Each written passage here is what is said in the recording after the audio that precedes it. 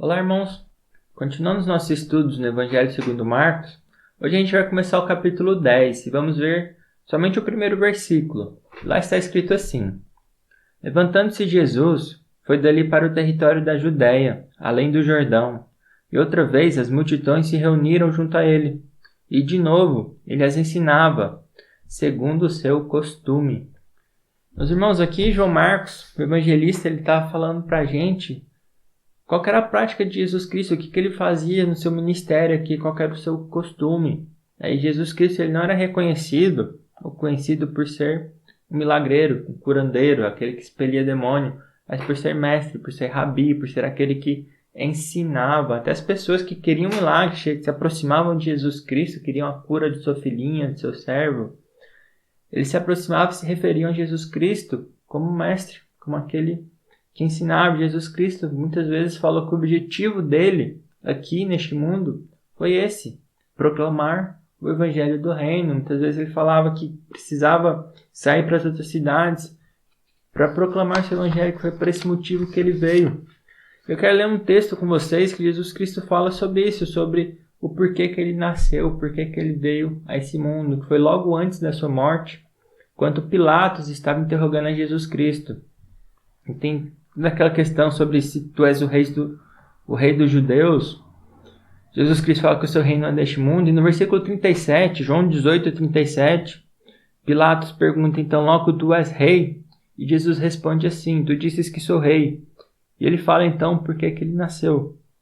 Então Jesus Cristo fala assim: eu para isso nasci e para isso vim ao mundo, a fim de dar testemunho da verdade. Todo aquele que é da verdade ouve a minha voz. Perguntou-lhe Pilatos: que é a verdade? Mas Jesus Cristo ele afirma que o objetivo dele ter vindo a este mundo, é testemunhar sobre a verdade. E todos aqueles que são da verdade, eles vão ouvir a voz de Cristo, vão buscar esta verdade, buscar conhecer esta verdade.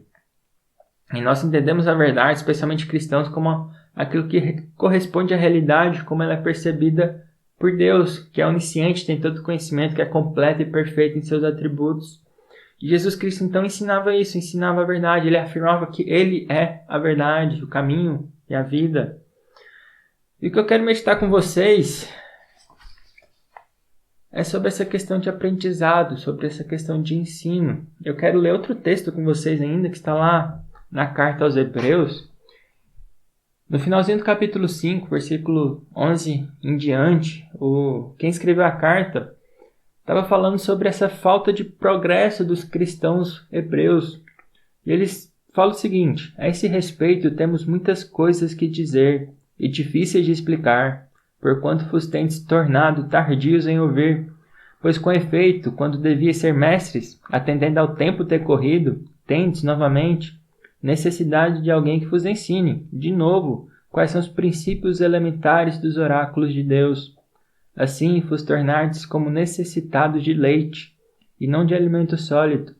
Ora, todo aquele que se alimenta de leite é inexperiente na palavra da justiça, porque é criança, mas o alimento sólido é para adultos, para aqueles que, pela prática, têm as suas faculdades exercitadas para discernir não somente o bem, mas também o mal. Os irmãos, então aqui ele está falando para as pessoas que deveriam ser mestres, que já têm tempo, todo esse tempo decorrido elas já deveriam ser mestres, mas elas precisam do quê? De alguém que ensine de novo os princípios elementares, o beabá, o básico sobre os oráculos de Deus. Elas não podem ainda receber o alimento sólido que é para os adultos, elas são inexperientes, são crianças. E eu quero que a gente medite sobre isso, essa onda que está no nosso mundo, no nosso tempo, desse anti-intelectualismo, dessa ideia de que a fé não precisa de razão. Por mais que Pedro tenha falado que nós temos que dar razão pela nossa fé, que Deus é racional, que Deus não faz nada ilógico, nada que seja contraditório. Tudo tem a razão e explicação. Algumas coisas aqui na Bíblia, especialmente quando a Bíblia fala de mistério, isso quer dizer que não são coisas irracionais, são coisas que ainda não compreendemos e que a Bíblia explica e nos ensina, ou coisas que ainda não conseguimos compreender, mas não fala que são coisas irracionais. Essa onda de anti-intelectualismo não faz sentido.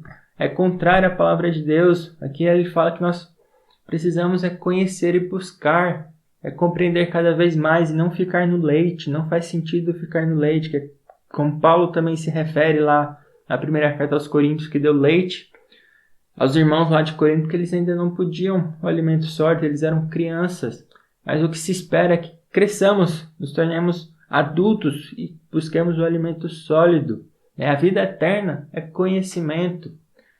Então que possamos meditar nisso, se realmente temos a Jesus Cristo como nosso mestre, como o Senhor da nossa vida, também como mestre, aquele que ensina. Os apóstolos aqui ensinavam em nome de Jesus Cristo. Toda a palavra aqui é palavra de Deus para o nosso ensino. Deus se revelou para nós. Ele nos entregou aqui 66 livros, não para que a gente ignore e deixe de lado, mas para conhecer, compreender, estudar, meditar nele dia e noite. Estamos fazendo isso. Isso revela o quanto nós amamos ao nosso Deus, se nós ouvimos a sua palavra, se nós buscamos da sua palavra, que é fonte de vida eterna. Então, possamos meditar nisso e não somente ficar nisso, mas buscar a sua palavra, buscar diariamente a sua palavra, conhecer os ensinos do nosso Mestre.